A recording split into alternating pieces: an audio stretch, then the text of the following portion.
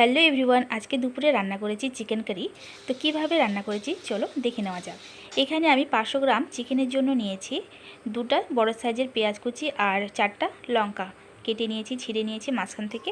আর এখানে আমি 500 gram chicken নিয়েছি। এদিকে দেখতে পাচ্ছ কড়াইটা আমি গরম করতে দিয়ে দিয়েছি। তো কড়াই গরম হয়ে গেলে তার মধ্যে দিয়ে দিয়েছি আমি তেজপাতা আর কেটে রাখা পেঁয়াজ আর কাঁচা লঙ্কা।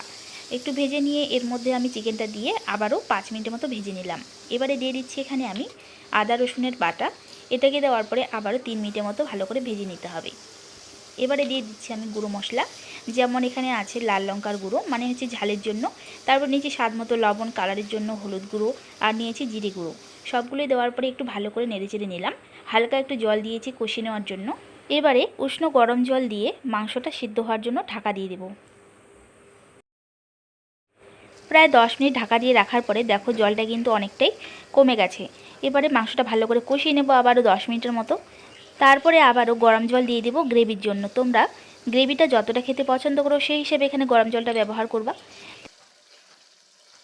ঝোলটা ফুটে গেলে এর মধ্যে আমি লাস্টে অ্যাড করব চিকেন মশলা কারি মশলাটা। এটা দিয়ে 2 মিনিটের মতো রেখে দেবো।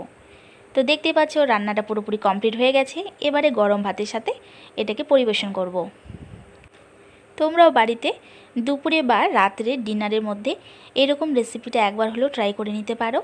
আর কমেন্ট করে জানিও আজকের রেসিপিটা তোমাদের কেমন লেগেছে। আর রান্নাটা কিন্তু খুবই সুস্বাদু হয়েছে। আর সবাইকে টাটা, দেখা হবে আবার একটা নতুন ভিডিওতে।